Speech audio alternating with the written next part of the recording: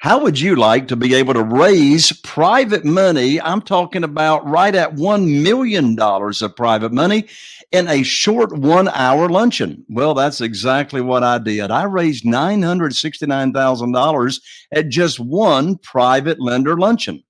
Well, my guest in this episode is a very good friend of mine who's raised $3.5 million of private money herself. My guest is Crystal Baker, and in this episode, we are reversing the roles. That's right, Crystal is actually going to be interviewing me as to how exactly you too can get a lot of private money very quickly and very easily. So if you want private money for your deals, stay tuned to the very end of this show. Let's get started right now. If you're a real estate investor and are wondering how to raise and leverage private money to make more profit on every deal, then you're in the right place. On Raising Private Money, we'll speak with new and seasoned investors to dissect their deals and extract the best tips and strategies to help you get the money, because the money comes first. Now here's your host, Jay Conner.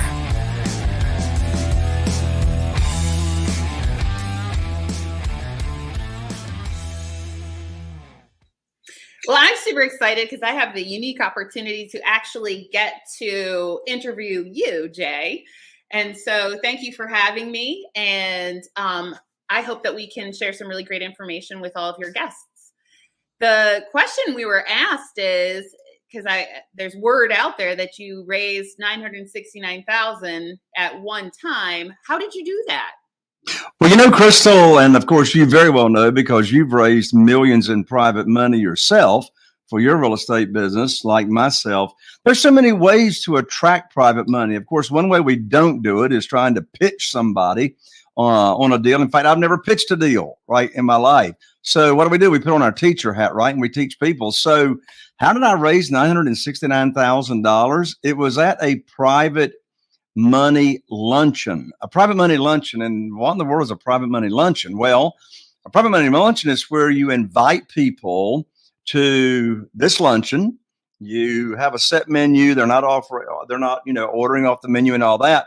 And the purpose of having them there is to teach them about private money, private lending, and to teach them a little bit about self-directed IRAs and how they can use their retirement accounts to also be a private lender.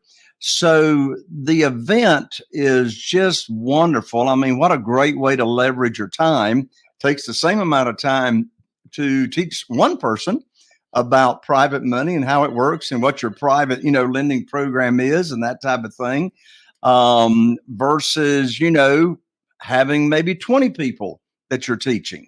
So it's a great way to leverage your time, raise a lot of private money very, very quickly, and have it in like a very, very fun environment. Awesome. And it's really interesting because one of the questions that we were given, and so I would want to touch base about this, is they were asking us, well, is it only lunch? So you'd mentioned a fun environment. And so I would want to share that we've actually had, through the teaching of all of your students, the opportunity for them to have events of different kinds. So it's not only lunch, right? You can do some other things. I mean, when I started out years ago, I started using private money all the way back to 2003 to 2009. I was using the local banks, but the world of private money is like changed and transformed my real estate investing business in 2009. And since then, got 44 private lenders now funding our deals. But, I had in my mind for a few years that it was a luncheon to do it. Well, some of the students that you and I coach started saying, well, hey, can't we do this event at, different times or different venues or different places? And so, wow, our students came up with some just amazing ideas, and they've been so successful at it. Some of them, have an evening, like, get off of work on the way home. They'll have like a reception, have some, finger food, etc. We've had some other ones actually host the event in the evening after people get off work at an actual house that they have just finished renovating. And so they'll have, pick up snacks and et cetera and drinks right there at the house. So, it's just isn't limited, to a luncheon. I don't think I've heard of anybody doing it at breakfast, though. I haven't heard that. But have you heard of any other venues or type of places that they have had it?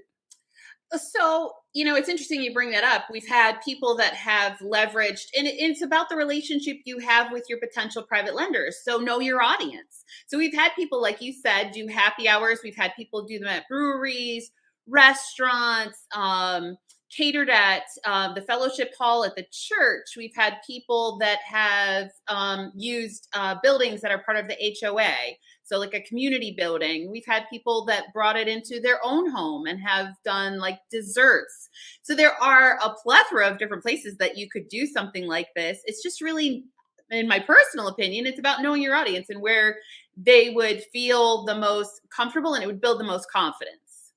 Yeah. Well, and you make a good point there. I mean, you want it fun, you want it relaxed, and that's the best environment to have. I mean, and of course, birds of the same feather flock together. Some of the people there that you have are going to know other people, right? It's not like they're going to be walking into a cold environment. After all, if you have some private lenders already, you want to have 2 or 3 of those private lenders at your event. And there's a good chance those private lenders are going to know each other, right? That's right. That's right. Absolutely. And so you want to make it an inviting environment as well. Like you just said, birds of a feather flock together. So you want them to have the opportunity to interact with each other. So Absolutely. So what does that look like when they show up? You said, we like to have it kind of a fun environment. Do you just jump right in and start having, doing your presentation? How does it look like in terms of setup? Yeah. Well, we definitely want to have what I call a warm-up period. A meet and greet, have some snacks that they can go ahead and start enjoying right away. So typically, we'll spend the first 15 minutes, 20 minutes or so of just people arriving. You always have, 1 or 2 or 3 that's not right there, at the top of the hour when you begin it, particularly if you're going to be having the event, at the end of the day. And so, a little warm up, shake hands, and when you are hosting a private lender event, well, you need to have on your host hat. And what does a host do? The job of the host is to make everyone feel welcome, make everyone, feel comfortable. So obviously you as the host, you're going to be welcoming people as they come in, and you want to be introducing people to other people so that they can be starting conversations with each other during that networking period right up front. Absolutely.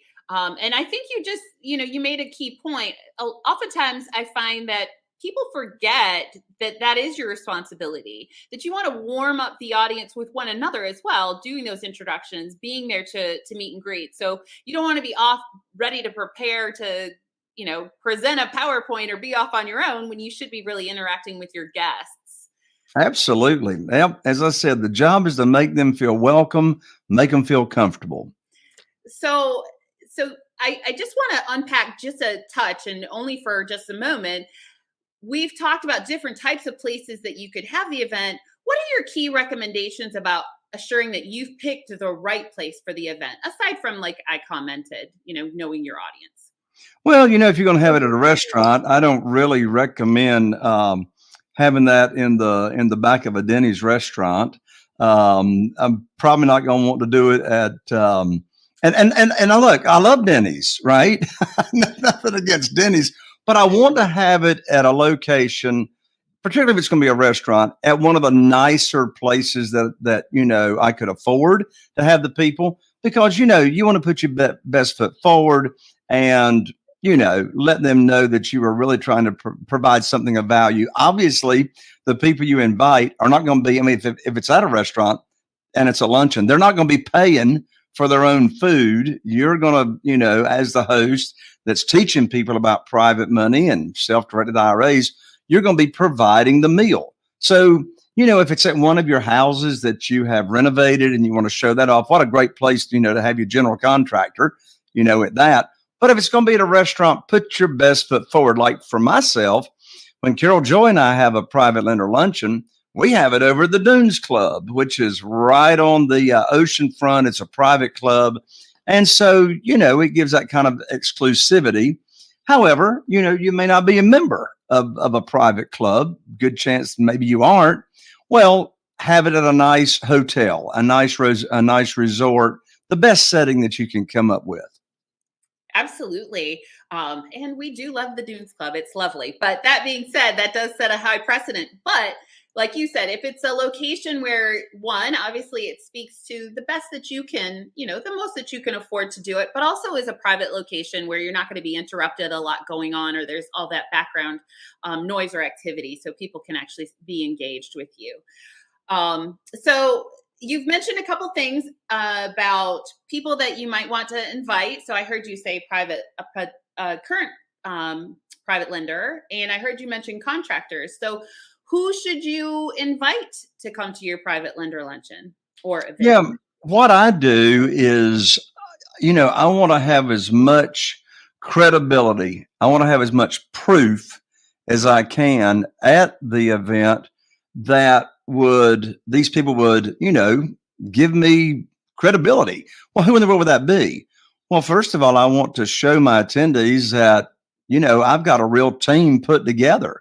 Well, who's the team? Who's on the team? Well, on my team is my realtor that, pulls all my comps for me, lists my houses for me, finds deals for me. So my realtor is going to be there.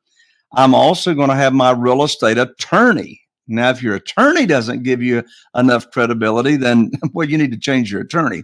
But my real estate attorney is going to be there. My CPA is going to be there. And I may have some of my team members. If you have an acquisitionist, you might want your acquisitionist there. General contractors, as I mentioned before, current private lenders, if you have any. And, just by having those people there, when I start the presentation, after everyone has assembled and, we've had the warm up period, for 20 minutes or so, one of the first things I'm going to do up front before I actually start teaching the private lending program, how people can earn high rates of return safely and securely, talking about self-directed IRAs, I'm going to introduce my guests that are on my team. Well, I can assure you, if you have any current private lenders there, after the event, your new potential private lenders that you have invited, they're going to want to talk, right, to your current private lenders. So having that team I call it your credibility team, that shows people that you really are in business and you're doing this thing is so important. I don't want to invite just potential private lenders. I want them to be able to interact with, my team members. And here's the people that you want to, back to being a host and having on your host hat. Here are the people that I want to introduce people to. As people are coming in, I want to have my team members right up there with me. In fact, I want to have my team members there maybe 10 minutes early before we've invited everybody else. So that my real estate attorney, to my realtor, my CPA, general contractor, etc. And what a great way to start, that warm up period by introducing your potential private lenders that you've invited there to your team members. Absolutely. And you make such a good point, and I really appreciate your sharing that with everyone. You have to build a credibility when you're in spaces, right? And people want to work with people that they know and trust. It's much easier to know and trust you when you're already showing them this whole team of people that work side by side with you. And especially, like you said, here's your attorney right there. So they know that you're not just some kind of fly by night person who's just off doing business in whatever way they, willy nilly, whatever you want to do. You've got an actual attorney right there that's showing, hey, this guy's legit. He does, he does a decent, solid business. So that's awesome. And so we were asked a really great question by one of the individuals that attends your platform as part of your platform for teaching. And they said, well, how does someone that has no experience come off as credible? How do they show competence? So, what would you recommend they do if they don't already have a history of investing? Yeah, so there's a couple of ways. Both ways is what I call leveraging a relationship, right? So if someone's brand new, and you're right, Crystal, we get this question all the time: who in the world is going to loan me money if I've never done a deal before? Well, first of all, let me give you the answer to that, and then we'll talk about back to your question, Crystal. So here is what I call a writer downer. The reason someone will loan you money and you've never done a deal before is because if you, as the borrower, does not pay them, the property pays them. Now, what in the world do I mean by that? Well, you see, we don't borrow unsecured funds. Now, we can, nothing wrong with it. It's legal, but that's not the way we do business with our private lenders. When we borrow funds for our deals, we collateralize. Here's what we call collateralizing the note, which means the private lender, the individual, of course, to make sure you understand what we're talking about here, this is all about doing business with human beings, individuals, other people. This is nothing about institutional money or hard money. This is not about hard money lending. This is all doing business with individuals. So when you're doing business with them, we want to back their note with the real estate that we're buying.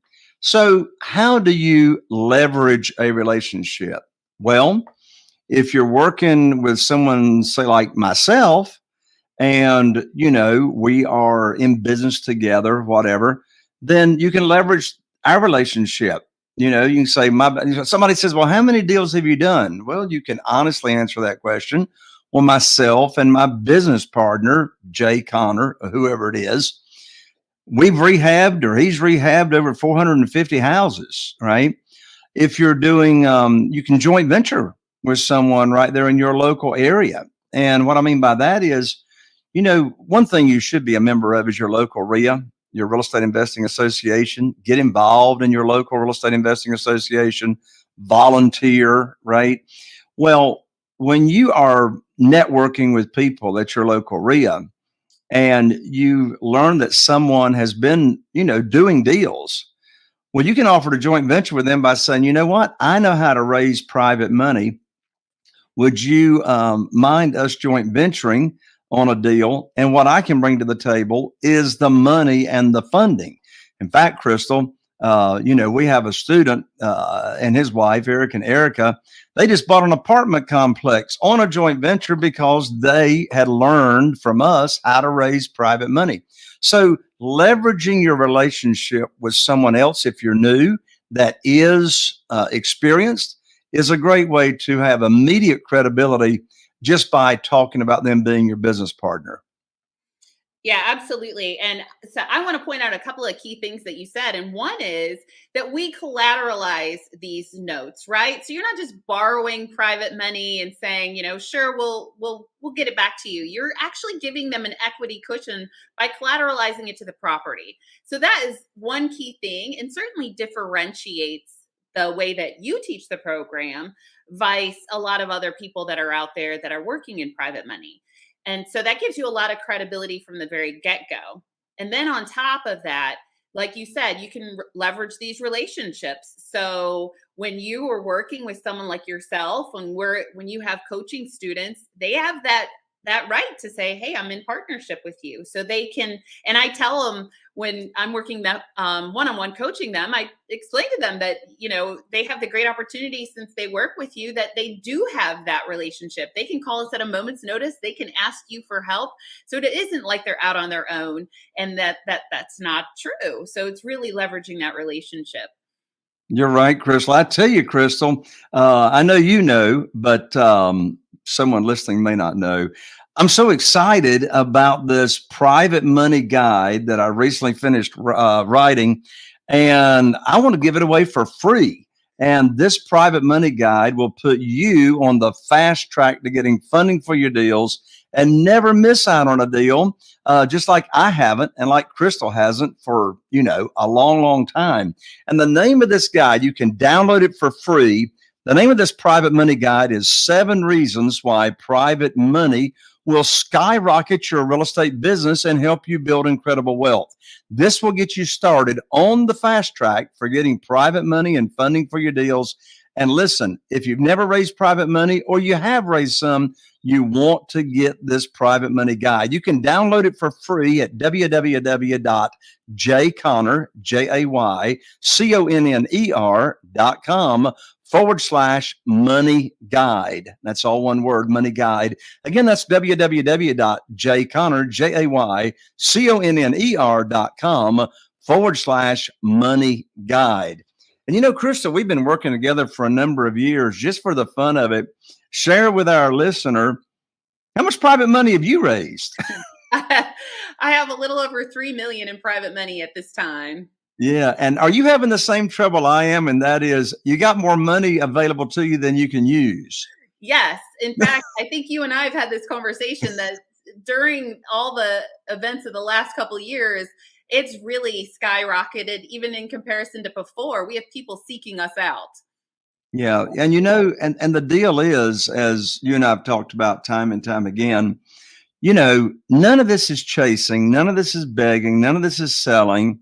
It's all about putting your teacher hat on. What do I mean by that, Crystal, when I say put your teacher hat on? So you have really crafted a unique approach, and that is you're teaching people how they can invest their funds at very high rates of return safely and securely, typically tax-free. I may have practiced that a time or two, not for this podcast, but for an introduction. But the truth of the matter is that all of the materials are teaching materials. So it's looking for that opportunity to truly teach somebody what options are available to them that they don't previously know. Most of the general public has no idea that this is a possibility. And so until you or someone that you've taught teaches them, they will not know. So rather than going to someone and saying, hey, I've got this deal or I need this money, it has nothing to do with that. You're just showing them a possibility, teaching them about what's available that they would never know. And then they have the opportunity to opt in and say, oh my goodness, that's something that looks like it would be good for me, because who couldn't benefit from investing their funds and making that kind of money? Exactly. And you know, someone may be asking the question to themselves, well, how do I learn what to teach them at this event? What is the private lending program? Well, again, by downloading the private money guide that I just told you all about, that will get you started. So, you know, we have like a 20-point checklist teaching people what the program is. We do this at the events. And you would want to use it as well if you're just visiting one-on-one with someone or you're at a networking event. But you know, what interest rate, you know, do we pay? And by the way, that's another big thing right there, isn't it, Crystal? I mean, we get to make the rules. We get to make the rules in this world of private money. The private lender's not setting the interest rate. They're not setting the term. It's like 180 degrees. In Kentucky, they call it a 360. You went too far if you went 360. It's a 180-degree turn from borrowing money from the banks, because when you borrow money from the banks or hard money lenders or brokers, they're making the rules. They're setting the interest rate. They're setting what's the maximum loan to value.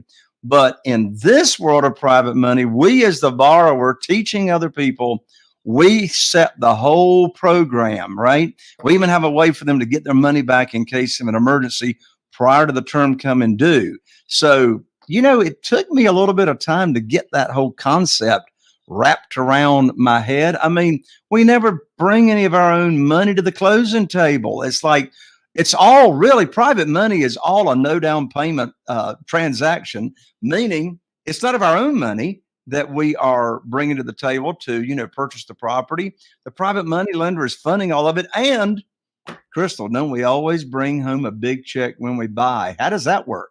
And it was funny you were saying that, because that's exactly what was running through my mind at that moment, is we always borrow more than we need for the transaction. And the reason we do that is not because we just want to borrow all this excess money and it's not such a good idea, or that we're leveraging the client.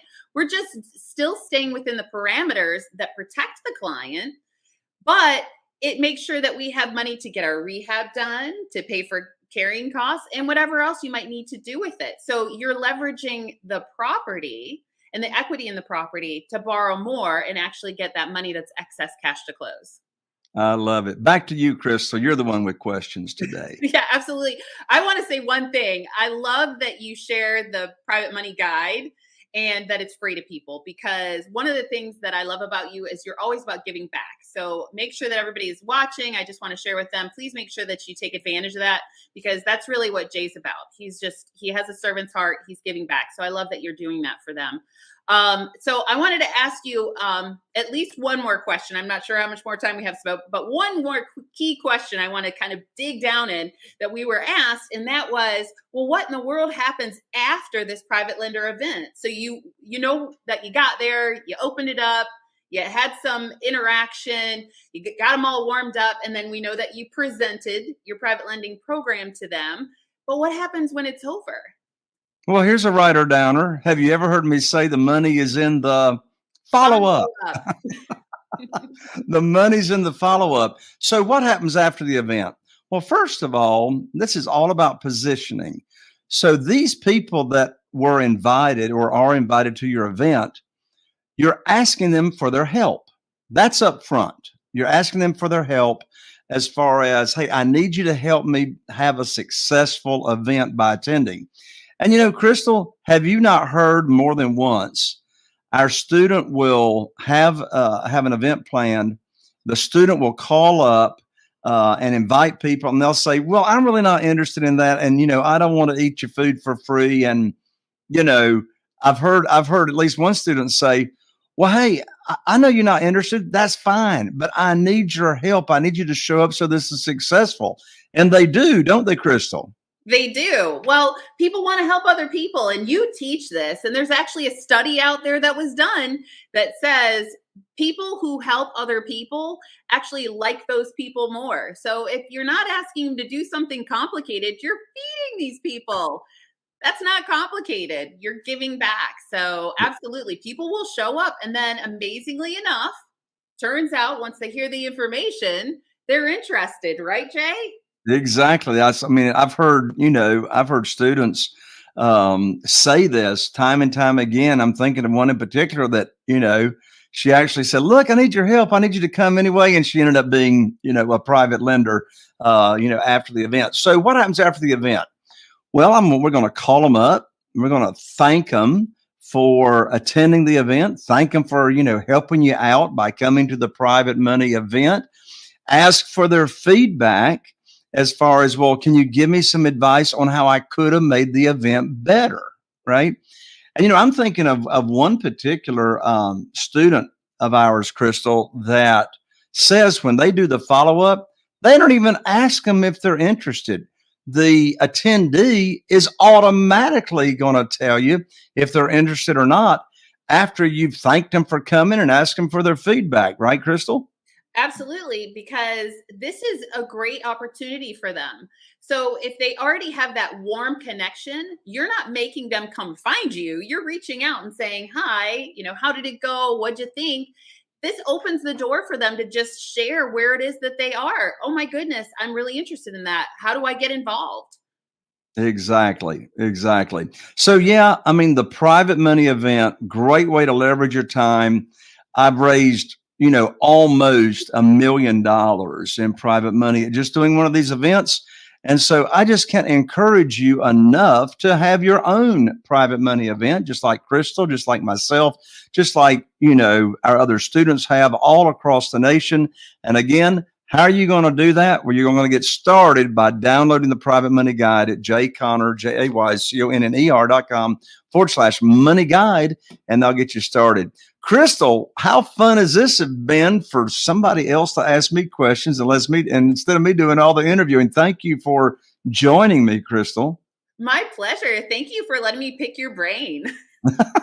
Absolutely. Well, there you have it, my friend. Thank you for tuning in and joining us here on Raising Private Money. And guess what? I need your help. Yes, I need your help. So how can you help me? Well, first of all, I really appreciate you liking, sharing, and subscribing. If you happen to be watching on YouTube, be sure and click that bell so you don't miss out on any notifications of upcoming Raising Private Money podcasts. And in addition to liking and sharing and subscribing, how else can you help me?